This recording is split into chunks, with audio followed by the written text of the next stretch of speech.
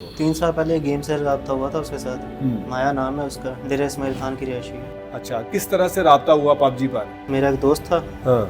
तो उसकी बीवी के साथ इसकी दोस्ती थी, अच्छा। तो उसके ज़रिए हमारी दोस्ती हुई। अच्छा। उसने ये कहना शुरू कर दिया कि मेरे घर वाले मुझे बेच रहे हैं, हाँ। मेरा सौदा कर रहे हैं, अगर तुम चाहते हो तो मुझे यहाँ से आके ले जाओ। हाँ। तो मैंने अपने घर वालों से बात की, वालदा से बात की। अच्छा। वालदा ने इनकार कर दिया, वालिद साहब ने भी इनकार कर दिया कि नहीं हम ऐसा नहीं कर सकते, किसी के घर की इज्जत है वो। 29 को 12 बजे ना मुझे उसकी कॉल आती है कि मैं बहावलपुर बस स्टैंड पर खड़ी हूँ, मुझे आके ले जाओ। अच्छा। वो वहाँ डेरा इस्माइल खान से बहावलपुर आ गई थी। मेरी बहन को बाजियाब करवा रही है, छोटी है वो, मेरी बहुत लाडली है, मैं उसके बिना नहीं रह सकता। अस्सलाम वालेकुम नाज़रीन, मैं हूं एडी मलक और पबजी पर दोस्ती ने आखिरकार पूरे का पूरा खानदान तबाह कर दिया।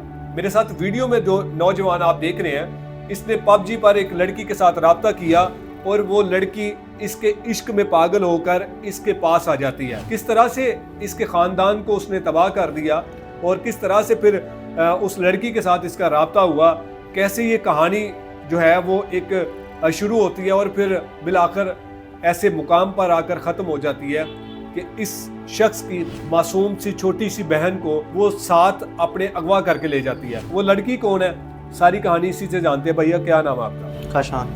कशान, किस तरह से आपका राब्ता हुआ था और कौन है वो लड़की, कहाँ की है रहने वाली? 3 साल पहले गेम से रब्ता हुआ था उसके साथ। माया नाम है उसका, डेरा इस्माइल खान की रिहायशी है। अच्छा, किस तरह से राब्ता हुआ पबजी पर? मेरा एक दोस्त था, हाँ।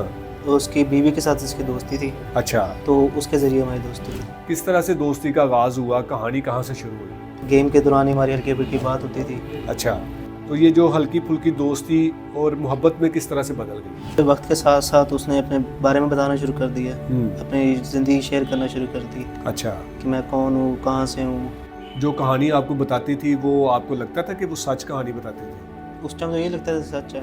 अच्छा, फिर किस तरह से वो आपके पास आई? क्योंकि आप भावलपुर रहते थे, वो डेरा इस्माइल खान में रहती थी। मेरे दोनों बड़े भाइयों की शादी हुई थी, अच्छा। तो मैंने उसको शादी वगैरह दिखाई थी वीडियो कॉल पे? वीडियो कॉल पे ही।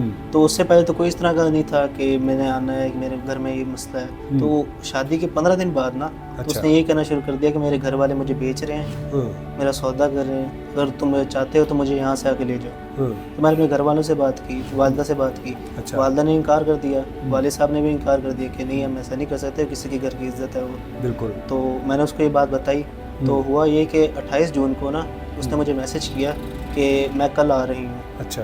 मैंने मजाक में लिया, मैंने कहा चलो एम ही कर रही है, मैंने सीरियस नहीं लिया उसको। 29 को 12 बजे ना मुझे उसकी कॉल आती है कि मैं बहावलपुर बस स्टैंड पर खड़ी हूँ, मुझे आके ले जाओ। अच्छा। वो वहाँ डेरा इस्माइल खान से बहावलपुर आ गई थी। क्या नाम था इस लड़की का और कोई तस्वीर आपके पास? माया अली नाम था इसका, ये तस्वीर है इसकी। अच्छा, ये लड़की थी जो आपके पास बहावलपुर आ गई थी? जी। फिर इसको आप घर लेके गए? जी। घर वालों को क्या बताया था? घर वालों को पहले थोड़ा बहुत बताया हुआ था मैंने इसके बारे में, तो वो भी शौक होकर देख के कि लड़की आ गई है। तो पहले मेरे घर वालों ने कहा कि इसके घर वालों से बात करते हैं हम। अच्छा। तो ये कहने लगी कि अब आप बात करेंगे, वो आएंगे मुझे गोली मार देंगे, आप बात ना कीजिए। जब आपके घर आ गई थी अचानक से लड़की, तो आपने इसको समझाया नहीं, पूछा नहीं कि अगर खुदा न खास्ता आपके घर वाले आ गए यहाँ पर किसी न किसी तरीके से, तो आपके लिए भी मसला हो जाएगा, मेरे लिए भी हो जाएगा, तो आप ऐसा करो वापस चली जाओ? मैं समझाने की कोशिश की थी, लेकिन इसने यही कहा कि मैं वापस नहीं जा सकती, कि मैं वापस जाऊँगी तो मुझे गोली मार देंगे। तो फिर आपने इसके साथ निकाह कर लिया? जी, कोर्ट मैरिज कर ली। तमाम डॉक्यूमेंट्स आपके पास मौजूद है? मौजूद है, निकाह की वीडियो भी मौजूद है। अच्छा, तो फिर कितना अर्सा आपके पास रही थी और इसका जो रहन सहन था वो कैसा था? 3 महीने रही है, रहन सहन ठीक था, कोई इस तरह का मसला नहीं था। घर वालों के साथ भी रहन सहन इसका ठीक था? बिल्कुल ठीक था। और अपने घर वालों के साथ राब्ते में थी? हमारे सामने तो राब्ते में नहीं थी, लेकिन पीठ पीछे थी।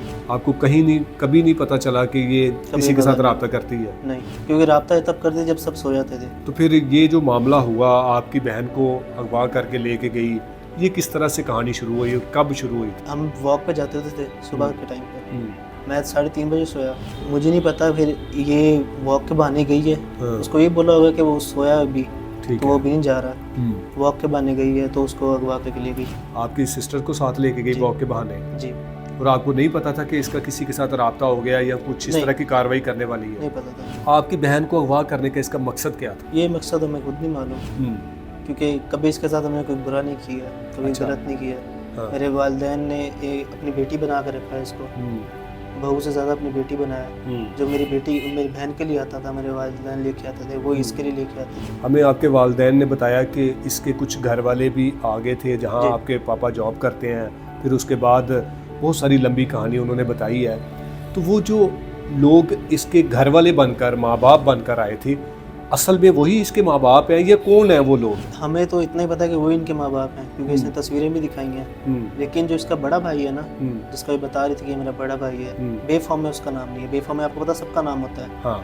इसकी जो बड़ी बहन बताती है कि मेरी बड़ी बहन ने ज़हर खाकर खुदकुशी की थी, उसका भी नाम नहीं है। अच्छा। सिर्फ इसका नाम और इसके 2 छोटे भाइयों का नाम है बेफॉर्म के अंदर। तो कहीं आपको नहीं लगता कि ये लड़की किसी माफिया का एक करैक्टर है और इसी तरह से लोगों को ट्रैप करते हैं? अब तो एहसास हो रहा है इस चीज़ का, पहले नहीं था। तो आपकी जो बहन जिसको अगवा करके लेके गई है वो कहाँ पर है? डेरा इस्माइल खान की तहसील है। अच्छा। वहाँ पर है। अभी तक बाजियाब नहीं हो सकी? नहीं, बाजियाब नहीं हो सकी। क्यों वो बाजियाब नहीं हो सकी? क्योंकि पुलिस वहाँ पर जाके बिक गई। हमारा जो तफ्तीशी था मलिक मोहम्मद अकरम, उन्होंने उससे वहाँ से पैसे लिए हैं। अच्छा।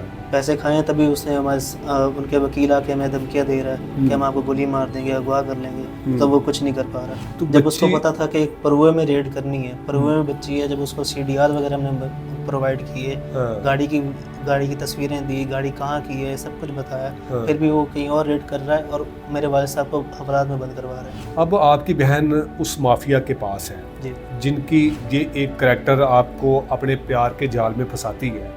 अब ये लड़की भी आपको छोड़ के चली गई है, आपका तो सारा खानदान तबाह कर दिया ना इसने। तो इस तरह की PUBG पर जो इस तरह की दोस्तियाँ होती हैं, नतीजा आपके सामने, आपके साथ हुआ सारा कुछ। जो लोग इस तरह के जो दोस्तियाँ करते हैं और फिर इस तरह के ताल्लुकात बनाते हैं, उनको क्या पैगाम दें? बेहतर यही है कि ताल्लुकात ना ही रखा जाए किसी के साथ, इस तरह गेम के ऊपर यकीन ना किया जाए। कशान, आपकी बहन को अभी तक पुलिस बाजियाब नहीं करवा सकी। आला हुकाम, आला अफसरान आपको देख रहे हैं, सुन रहे हैं, क्या मुतालबा करेंगे? ये मुतालबा करूँगा मेरी बहन को बाजियाब करवा लिया जाए। मुझे और ज़िंदगी में कुछ नहीं चाहिए। अब मेरी बहन को बाजियाब करवाने किसी तरह से, कि वो छोटी है, वो मेरी बहुत लाडली है, मैं उसके बिना नहीं रह सकता। नाज़रीन, इस तरह की कहानियाँ आपके सामने लाने का मकसद ना तो हमारा कोई होता है और ना ही हम इस तरह के मजबूर लोगों को आपके सामने लाने के ख्वाहिशमंद हैं। ये लोग किस तरह से इस माफिया के चंगल में फंसते हैं और फिर उसके बाद वो मासूम बच्ची, जिसे क्या पता था कि ये भाभी नहीं बल्कि ये एक डायन है, और ये किस तरह से हमारा घर तबाह कर, मासूम लोगों को लड़कियां किस तरह से अपने जाल में फंसाती हैं। ये कहानी मुंह बोलता सबूत आपके सामने है। ये लड़की कितनी खूबसूरत है जो आप वीडियो में तस्वीर देख रहे हैं, इसके पीछे बहुत बड़ी भयानक कहानी है। न जाने इस लड़की ने, इस नागन जैसी लड़की ने कितने ऐसे नौजवानों को डसा होगा और उसके साथ ही साथ उसके घर वालों को तबाह किया होगा। कानून से बालातर खुद को समझते हैं और उन्होंने इनकी बेटी के साथ मुलाकात नहीं करवाई। पुलिस की ये नाकामी है या फिर पुलिस खुद ऐसे माफियाज के साथ इस तरह के काम को प्रमोट करती है। अब देखना ये है कि कब पुलिस उस मासूम बच्ची को बाजियाब करवा के इनके हवाले कर। तो नाज़रीन, इस तरह की वीडियोस आपके सामने लाने का सिर्फ एक ही मकसद है कि खुदारा सोशल मीडिया का इस्तेमाल ज़रूर करें, लेकिन पॉजिटिव। यहाँ पर बहुत सारे लोग इस तरह से शिकारी बनकर आपको शिकार बनाएंगे कि फिर उसके बाद आपके पास कुछ भी नहीं बचे। काश ये नौजवान एक बार अपने जोश के बजाय होश से अगर काम लेता, सोचता दिल से, तो शायद आज इतनी बड़ी परेशानी में ना होता। इजाज़त चाहूँगा, अल्लाह के बाद।